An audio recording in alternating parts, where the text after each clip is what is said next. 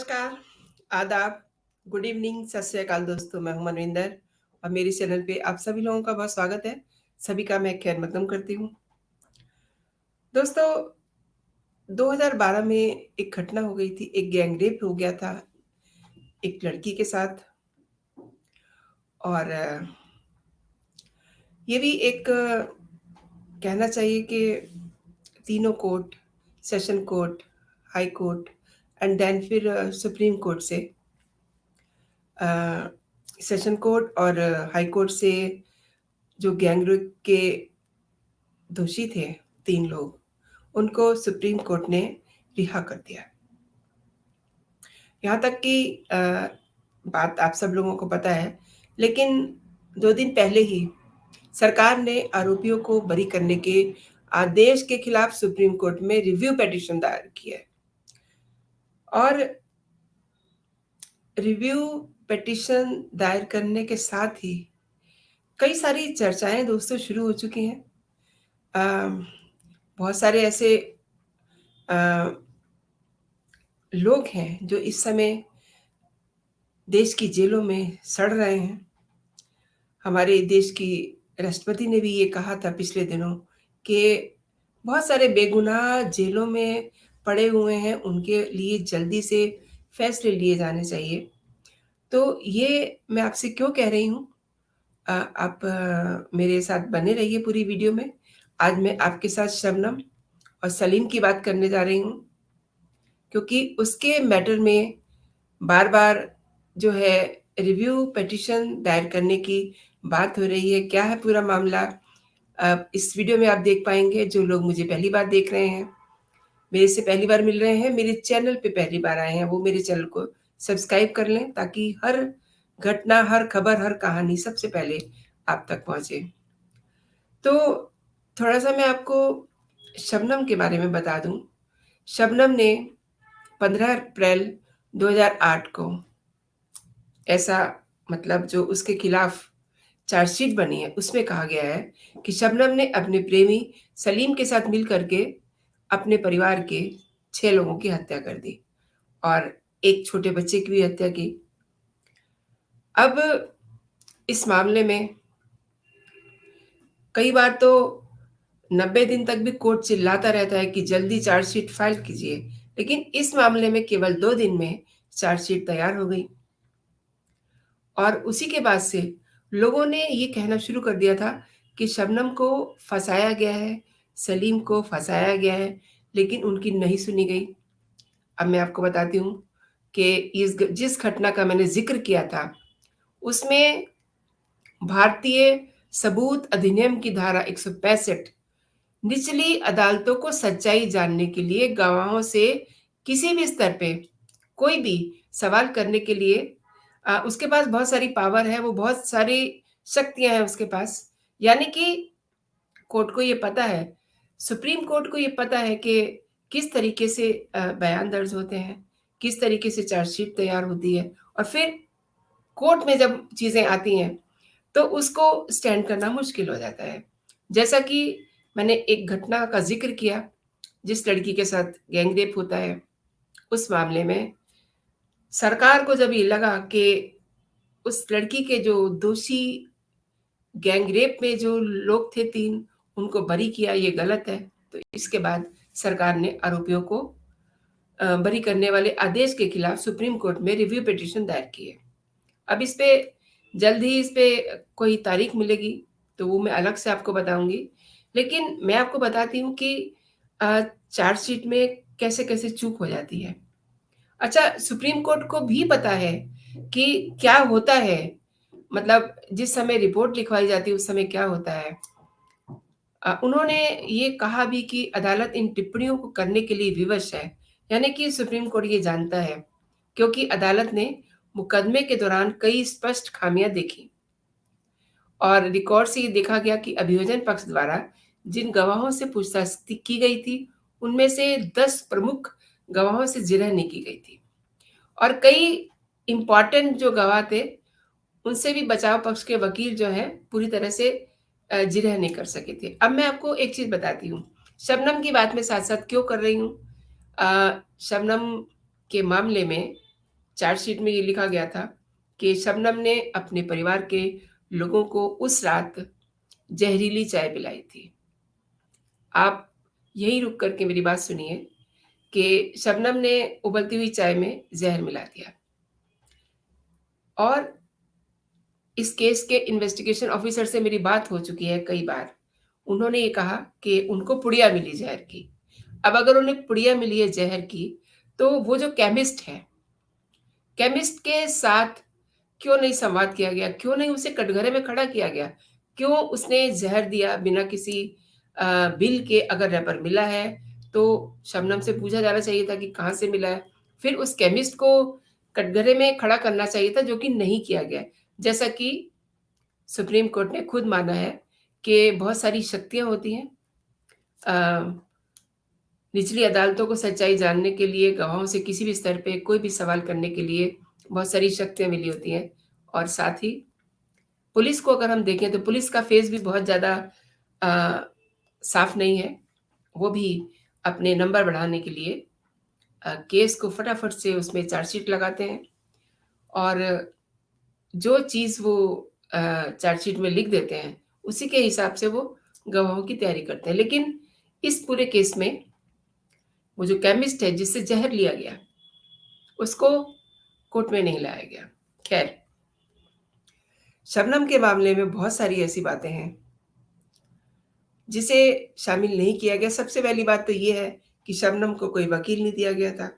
शबनम के केस की ठीक से पैरवी ही नहीं हुई। सेशन कोर्ट से लेकर के हाई कोर्ट तक किसी भी स्तर पे उसके केस की सही तरीके से पैरवी नहीं की गई।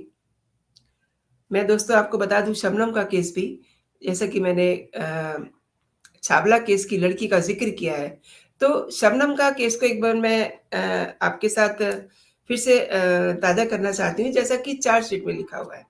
15 14 और 15 अप्रैल 2008 रात के 1 बजे शबनम ने अपने प्रेमी सलीम को बुलाया और उसके साथ मिल कर के 6 लोगों की हत्या कर दी।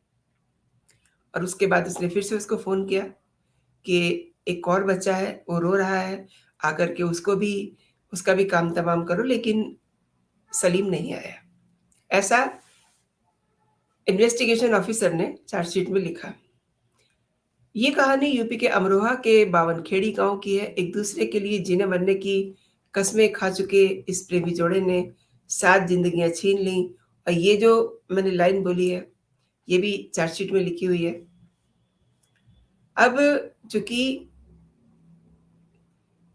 यूपी के अमेठी में 4 मर्डर, बुलंदशहर में 5 मर्डर, प्रयागराज में 48 घंटे में 6 मर्डर और इसके बाद मर्डर पे मर्डर, मर्डर पे मर्डर और उस समय की जो चीफ मिनिस्टर थी मायावती, बहुत प्रेशर था उनका सभी जिलों पर, तो जल्दी-जल्दी केस खोलने की बात थी।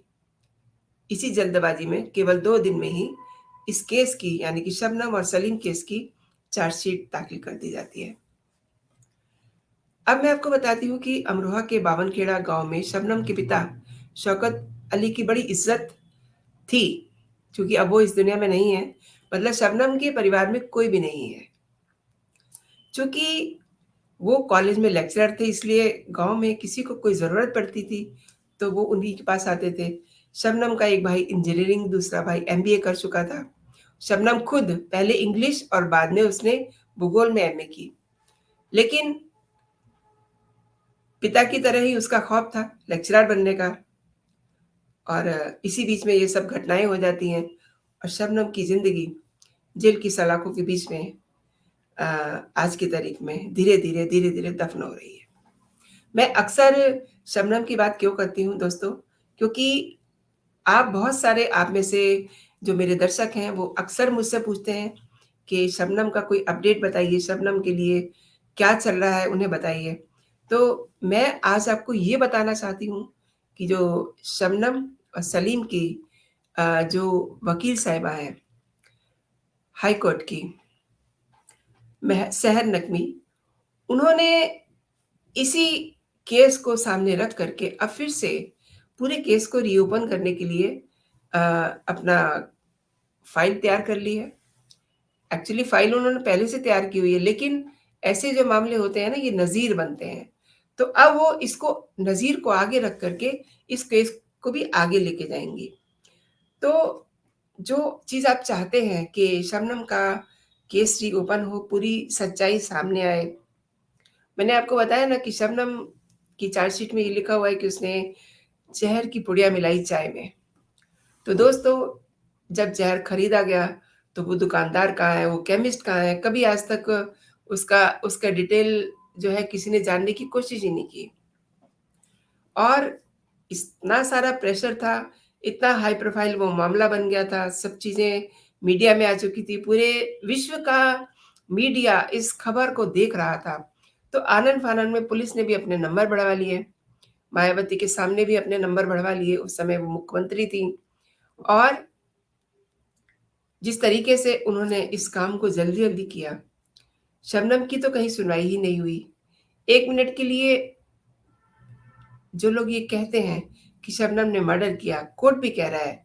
कोर्ट का फैसला भी हमारे सिर माथे पे है, लेकिन कई बार कोर्ट अपने ही फैसले को रिव्यू करती है, जैसे कि इस मामले में करने जा रही है। तो दोस्तों, कोर्ट से भी गलती होती है। अच्छा, मेरी सुप्रीम कोर्ट के कुछ वरिष्ठ एडवोकेट हैं, उनसे मेरी बात हुई थी। उनका कहना है कि शबनम केस को रीओपन किया ही जाएगा एक दिन, लेकिन ये भी देखना चाहिए कि वो कौन लोग हैं जो शबनम को जेल से बाहर नहीं आने देना चाहते। दोस्तों, बात जो है ये नहीं है कि शबनम ने क्या-क्या किया है। शबनम ने एक बच्चे को भी जेल में जन्म दिया था और उसको ये कहा जा रहा था आज से 2 साल पहले तक कि ये सलीम का बच्चा है।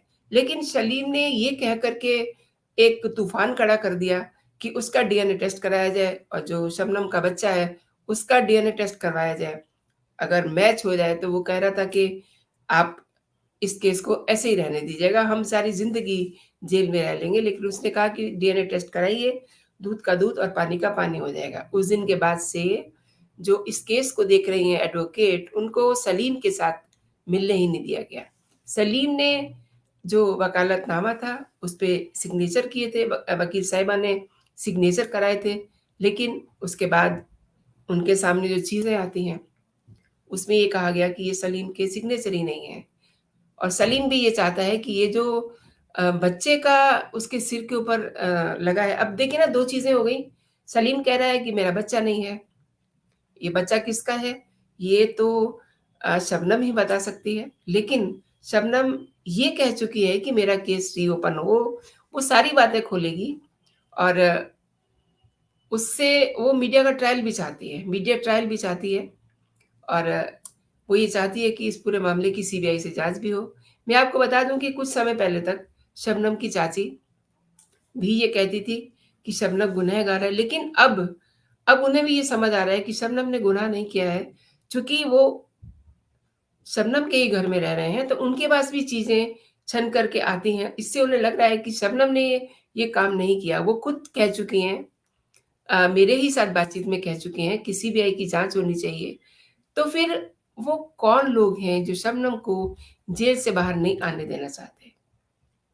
दोस्तों, आपकी फ़रमाइश थी कि मैं शबनम के बारे में कुछ बताऊँ, तो आप मुझे ये ज़रूर बताइएगा कि आपके पास अ, शबनम को लेकर के क्या जानकारी है? बहुत सारे लोग मुझे ये भी कहते हैं कि उन्हें बहुत सारी बातें शबनम के बारे में पता है।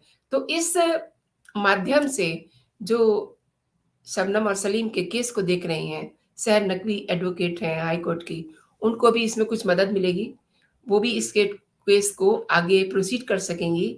और एक और बात, आप ये भी ज़रूर बताइएगा कि आप किस शहर से मेरा चैनल देख रहे हैं। ये पूरा वीडियो आपको कैसा लगा है? आप अपना कमेंट मुझे दे कर के ज़रूर बताइएगा। फिलहाल इतना ही दोस्तों, आप अपना और अपनों का ख़्याल रखिए। जय हिंद, जय भारत।